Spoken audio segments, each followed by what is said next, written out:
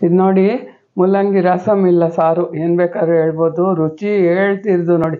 ಬಾಣಲಿ ಇಟ್ಟು ಎಣ್ಣೆ, ಸಾಸಿವೆ, ಇಂಗು, ಕರಿಬೇವು ಹಾಕ್ಕೋಬೇಕು. ಬೇಳೆ ಫಸ್ಟೇ ಬೇಯಿಸ್ಕೊಂಡು ಬಿಡಬೇಕು. ಆಮೇಲೆ ಮೂಲಂಗಿ ಕಟ್ ಮಾಡಿ ಹಾಕಿ ಒಂದು ಸ್ವಲ್ಪ ಉಪ್ಪು ಹಾಕಿ ಒಂದು ವಿಸಿಲ್ ಹಾಕ್ಸ್ಕೋಬೇಕು ನೋಡಿ. ಒಂದು ಟೊಮಟೊನೂ ಅದರಲ್ಲೇ ಇಟ್ಟಿದ್ದೆ, ನಾನು ಅದನ್ನ ಕಿವುಚಾಕ್ತೀನಿ ಇವಾಗ. ಮೊನ್ನೆ ಸಾರು ಪುಡಿ ಮಾಡಿದ್ವಲ್ಲ ನಾವು, ಆ ಸಾರು ಪುಡಿ ಹಾಕ್ತಾಯಿದ್ದೀನಿ. ಅರಿಶಿನ ಸ್ವಲ್ಪ, ಉಪ್ಪು, ಬೆಲ್ಲ ಸ್ವಲ್ಪ ಹಾಕ್ಬಿಡೋದು. ಬೆಲ್ಲ ಇಷ್ಟ ಆದರೆ ಹಾಕ್ಕೊಳ್ಳಿ, ಇಲ್ಲಾಂದರೆ ಬಿಡಿ. ಒಂದು ಲೋಟ ನೀರು ಹಾಕ್ಬಿಟ್ಟು ಚೆನ್ನಾಗಿ ಕುದಿಸಿ. ಇವಾಗ ಈ ಟೊಮಟೊ ಬೆಂದಿದೆ ಅಲ್ವಾ, ಇದು ಸ್ವಲ್ಪ ತಣ್ಣಗಾದ್ಮೇಲೆ ಕೈಯಲ್ಲೇ ಚೆನ್ನಾಗಿ ಕಿವುಚ್ಬಿಟ್ಟು ಅದನ್ನ ಹಾಕ್ಬಿಡಿ. ಈ ರಸಮ್ಗೆ ಈ ಥರ ಹಾಕೋದ್ರಿಂದ ತುಂಬ ರುಚಿ ಕೊಡುತ್ತೆ.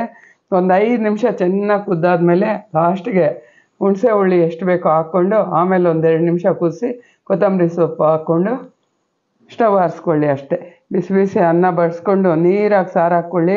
ಹೋಳು ಜಾಸ್ತಿ ಹಾಕ್ಕೊಳ್ಳಿ. ಒಂದೊಂದು ತುತ್ತಿಗೆ ಒಂದೊಂದು ಮೂಲಂಗಿ ಹೋಳು ತಗೊಂಡು ಬಾಯಿಗೆ ಇಡಿ. ಆರೋಗ್ಯಕ್ಕೆ ಆರೋಗ್ಯ, ರುಚಿಗೆ ರುಚಿ. ಏನಂತೀರ? ಇಷ್ಟ ಆಯ್ತಾದರೆ ಲೈಕ್ ಮಾಡಿ, ಶೇರ್ ಮಾಡಿ, ಫಾಲೋ